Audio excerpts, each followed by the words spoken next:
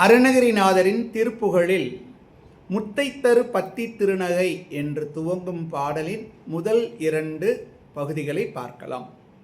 முத்தைத்தரு பத்தி திருநகை அத்திக்கிரை சத்திச் சரவண முத்திக்கொரு வித்து குருபரன் என ஓதும். இப்போ நான் அர்த்தம் பிரித்து சொல்கிறேங்க.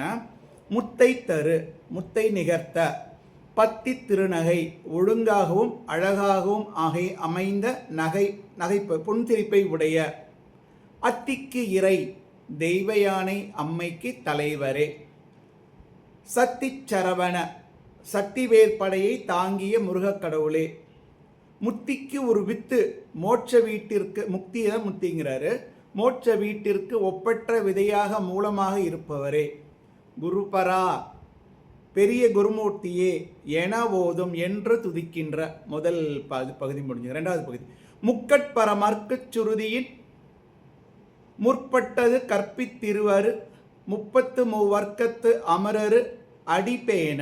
பிரித்து சொல்கிறேங்க, கஷ்டம் இல்லைங்க.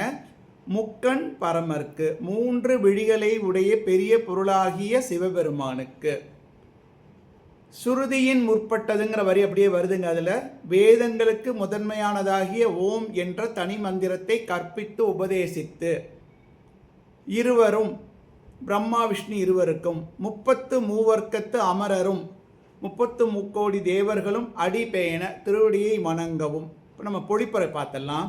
முத்தை போல் வரிசையாக அமைந்து அழகு செய்வதாகிய இளநகையை உடைய தெய்வ யானைக்கு இறைவனே, ஞான சக்தியாகிய வேலாயுதத்தை உடையவரே, சரவண பொய்கையில் எழுந்து அருளியவரே, முக்தி வீட்டில் மூல காரணம் ஆனவரே, குருமூர்த்தியாக விளங்கும் பரம்பொருளே என்று துதிக்கின்ற சந்திர சூரிய அக்னி என்ற முச்சுடர்களையும் 3 கண்களாக உடைய சிவபெருமானுக்கு வேதங்களுக்கு முதலாகிய ஓம் என்ற மந்திரத்தை உபதேசித்து, பிரம்மன் திருமால் என்ற இருவரும் 33 கோடி தேவர்களும் காப்பாற்ற வேண்டும் என்று திருவடிகளை விரும்பி வணங்கவும். அதோட முடியுதுங்க. மிச்சத்தை நாளைக்கு அடுத்த பதிவில் பார்க்கலாம். நான் ஒரு வாட்டி இந்த பாடலை சொல்லிடுறேன்.